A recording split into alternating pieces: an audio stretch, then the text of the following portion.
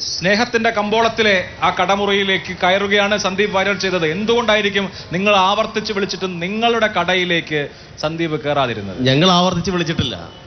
അദ്ദേഹത്തെ ഒരു കോമ്രേഡായി കേഡറായി സംരക്ഷിക്കുമെന്നാണ് A K ബാലൻ പറഞ്ഞത്. ഞങ്ങൾ ആവർത്തിച്ച് വിളിച്ചിട്ടില്ല. മറ്റൊരു കാര്യം, സന്ദീപ് വാര്യർക്ക് തോന്നിക്കാണും സന്ദീപ് വാര്യർ ഉദ്ദേശിക്കുന്ന ഹിന്ദുത്വ രാഷ്ട്രീയം കുറെ കൂടി ഭംഗിയായി ഇവരുടെ സുധാകരനും സതീശനും ഷാഫിയും കൂടി നടത്തിക്കൊടുക്കുമെന്ന്.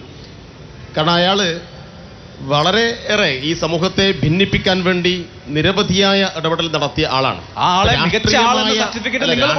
വ്യക്തിപരമായ അഭിപ്രായം മാത്രമാണ്. രാഷ്ട്രീയമായ വിയോജിപ്പുകൾ എ കെ ബാലൻ പറഞ്ഞു, എം വി ഗോവിന്ദൻ പറഞ്ഞു, എം പി രാജേഷ് പറയട്ടെ, പാർട്ടിയുടെ ഏറ്റവും പ്രധാനപ്പെട്ട ആളുകൾ രാഷ്ട്രീയമായ വിയോജിപ്പുകൾ അത് സ്വാഭാവികമാണ്. പക്ഷേ സന്ദീപ് വാര്യർ എന്ന വ്യക്തി ഈ കേരളത്തെ, ഈ നമ്മുടെ രാജ്യത്തെ വിഭജിക്കാൻ വേണ്ടി അങ്ങേയറ്റം മതവിദ്വേഷം കലർന്ന ഭാഷയിൽ മാത്രം സംസാരിക്കുന്ന ഒരാളാണ്. തികഞ്ഞ വർഗീയവാദിയാണ്. ഇപ്പൊ കേരള തൊഗാഡിയ ആയിട്ടുള്ള സന്ദീപ് വാര്യരെ കോൺഗ്രസ് അവരുടെ പാളയത്തിലേക്ക് എടുത്തതിൽ കൂടി കോൺഗ്രസ് ഒരു നിലപാട് ഇവിടെ വ്യക്തമാക്കുന്നു. എന്താണ്? ഇത്തരം വർഗീയവാദികളെല്ലാം ഉൾക്കൊള്ളാൻ ഞങ്ങൾ കഴിയും എന്നാണ്. ഇനിയിപ്പോ KPCC ഓഫീസിൽ ശാഖ തുടങ്ങിയാലും അത്ഭുതപ്പെടാനില്ല.